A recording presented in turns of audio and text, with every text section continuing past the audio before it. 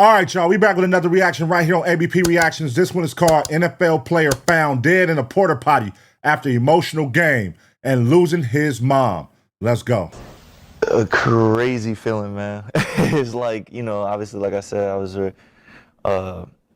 heavily under-recruited coming out of high school. So for these guys to reach out to me and give me the opportunity to showcase my talents and come here and them take me in and develop me, and now I'm finna go to the NFL and have my jersey hanging up in one of these showcases. It's like, man, it doesn't get better than that. This is a very sad story, man. Very sad story, man. Condolences to his family, by the way, man. Dang. In my life, you never really know what somebody going through. You never know how they coping with a sudden loss. Sometimes we work so hard chasing dreams, chasing success, only to realize when we finally get there, it don't hit the same without the people we did it for. Yeah. In the last 24 hours, reports started circulating that a young breakout star, a second-year player for what many call the American team, the Dallas Cowboys, has tragically lost his life. From the outside looking in, you'd think he had it all. A kid who was once overlooked coming out of high school, made his way to Western Michigan, still got drafted on day 2 of the NFL draft. But what most people didn't realize, just 2 months before the draft, he went through the kind of pain that no man ever fully recovers. Loss of a mother, losing man. His mother, the same woman who was with him through it all. Now what makes you reflect on this story is just last week this young man did something special, something he never done before in his career. First touchdown. Most never do as a defensive player in their career. Score a touchdown. You can see the joy, the emotion, the weight behind that celebration. But who would have known that same moment might have triggered everything he was holding inside? That could be the breaking point right there. Listen, bro, if you never lost a parent, lost a mother, lost a father, but especially a mother, if you're raised in a single parent household with just your mother and you're used to doing everything with her, sharing every moment with her, and this is a big moment for you, bro. The NFL, your first touchdown. You made it to the NFL. Your mother passed. She ain't here to have those conversations with you. You don't have, even though you have a spouse, you have a girlfriend, but sometimes you still feel like you don't have that mother's comfort, that person that you can lean on and really talk to and feel secure with. And you can't find that in your girlfriend sometimes. No disrespect, but it's a mother's love, man. And that could be a breaking point. But man, praying for mental strength for all these football players. Everybody right now, even y'all watching, man, if y'all going through something, man, praying that God give y'all mental strength to push through and keep going, man. They say he broke down, missing his mom, missing a voice that was always there. O'Donnell has it blocked. Into the end zone in a race. And a touchdown. Sam Williams blocked it. Kneeland the touchdown. Who would have known the following week he would lose his life? And we want to thread lightly with this story because we're not here to speculate. We're here to spread awareness, the truth. None of us can predict how losing a mother affect us.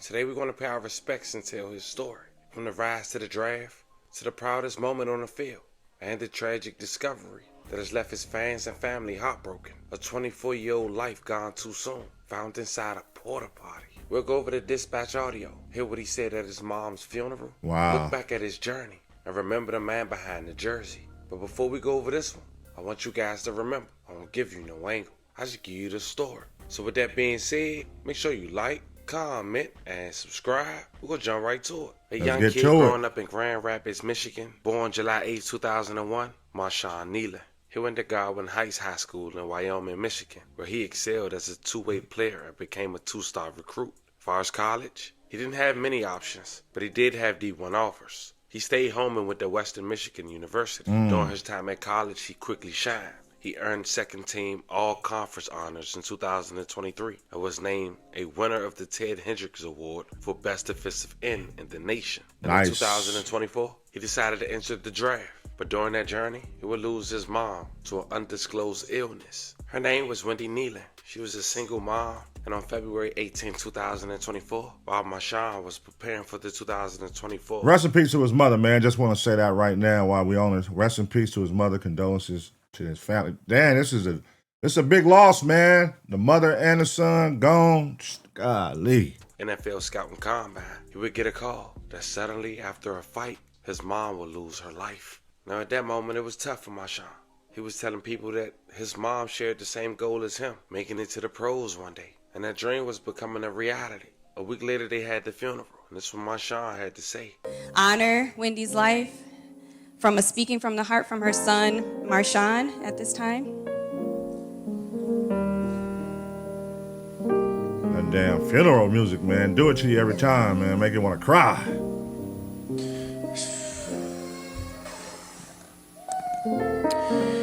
Man, y'all can hear me? For sure. It's crazy because, you know, growing up, she was always there for me, always going to all my games, them cold nights, like just always there for me. It's definitely tough. You just never expect something like this. I know she was always helping me out with everything, anything I needed with school, anything I needed with just life in general. I knew I could always call her, text her, and everything. She was basically there for me for basically there for me for everything. And I know Catalina, she also got me a bear with a voice message that my mom sent me. And the voice messages definitely hold dear to me just because it was Christmas last year. Basically just her telling me that she loved me. And ooh, damn. That's tricky right there, man, because I could definitely, like, having a bear, a sentimental piece like that with your mom's voice while she's gone and listening to it at the right time can either motivate you or I could send you down a dark hole, man. A dark hole of pain and hurt. Yeah, this is sad. This is sad, man. Just letting me know that she was going to be there for me, like, regardless what happened, everything. And it was really just stand out because, you know, I listened to that because for this situation, it kind of resonates as if she's still here, as if she's still on the other side of the phone talking to me. There's a lot of crazy things that's been going on recently. Just with me getting invited to the combine and this and that and Senior Bowl.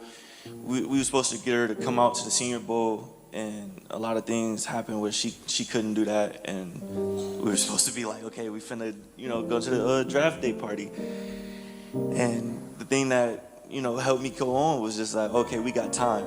And obviously this was unexpected and nobody knew that this was gonna happen. But man, I wish if I can go back in time, I would have definitely like spend more time. Found a way for me to go see her to come see me. Yeah. And it tore me apart. But one thing that, like, you know, helped me get through it is that I could still feel her just training and this and that. I would ask for her to be there with me, and it's like I could feel her presence there with me, and I still do. And damn, it's like he didn't get the proper closure, man.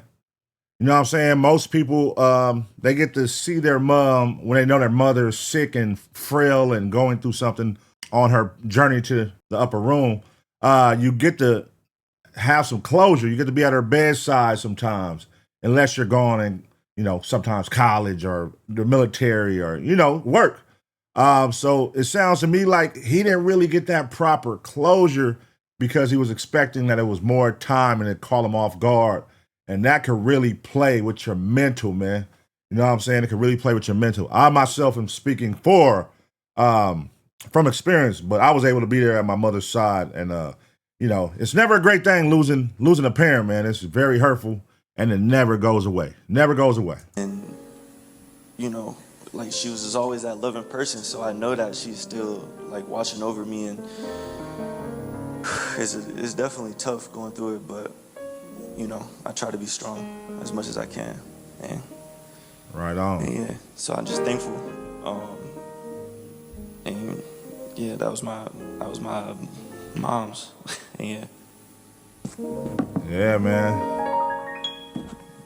Thank you so Shout out much. to that young man. Thank you, Yamaya and Marshawn. Let's just honor them for being able to come up here during a difficult time and continue to show love for their wonderful mother, Wendy. Yet and still, Marshawn was determined to make him and his mom dreams come true. They cremated his mom, and he wore her ashes every day in a necklace and made him feel like she was still with him every step of the way. Fast forward to April of 2024, Marshawn was selected in the second round by the Dallas Cowboys, Tight. making his dreams and his mom's come true. Tight. He became a starter as a rookie. Cowboys official compared Kneeland to Lawrence due to his length and ability to rush the passer and potential to become a stronger run defender. He also reminds some in the organization of Greg Ellis, now a Cowboys assistant defensive line coach. He signed this 4-year rookie deal and things was looking up. The Cowboys was excited about his sophomore year. But then fast forward May of 2025, he shared throwback photos with him and his mother and sister as part of an Instagram collage. Caption, "One Love." That would be his last post on the gram. But fast forward to September 14, 2025, in Arlington, Texas, AT&T Field, Marshawn Kneeland, number 94 of the Dallas Cowboys, rushes the passer during an NFL football game against the New York Giants. And that was the clip you saw at the very beginning of this video, as he picks up the fumble and scores his first touchdown in the NFL, mind you, as a defensive player. Then just 3 weeks later, November 7, 2025, at around 1:31 a.m., Frisco police got a call from Marshaw's girl, saying Marshawn sent her, family, and teammates a concerning message, and was scared for him and wanted police to quickly find him and get help. They went. Damn, man. That is crazy. That's a sick situation to be in when somebody sends you a message and there's nothing you could do and you know you're against the clock.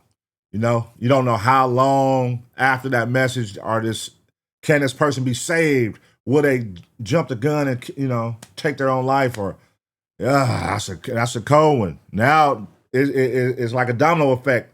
He has something mentally going on. Now the people that he called and directly reached out to, they're going to have something on their mental, knowing that they couldn't help him. It's a domino effect, man. It's crazy. To his house. He wasn't there. Then they spotted his car, quickly gave him a chase, but then stopped. Marshawn quickly parked his car and went inside a near Port-A-Potty, leaving local authorities to discover him. Inside, slumped over. May he rest in peace. Damn, Loving man. condolences to his family. She's trying to call his. We're talking to the girlfriend. She's trying to call his agent, but we're trying to get him to call her to call him first. But she's saying, And this is the call to the police, the dispatch call. he is armed and has a history of mental illness, and her quote was, "He will end it all." Oh, so he has a history of mental illness. Good I didn't know copy. that. You probably ran back to the car to get the gun. Damn, man. A history of mental illness. So he been She fighting calls this. him. We'll let you know. Good copy. All right, y'all do me a favor. Everybody stay with the buddy. Don't go looking alone. This guy is armed. President, they just received a text from him, a group text from him saying goodbye. They're concerned for his welfare. They do not have a key to the apartment. This is dark. Yes, I copy. I advise on this call. We were just out there. There's nobody at the apartment. I'll contact them by phone. We have a lieutenant calling in from Plano advising that the NFL is calling Plano PD and the subject is texting his family goodbye. EPS 111, there's a Port-A-Potty on the south side of that building.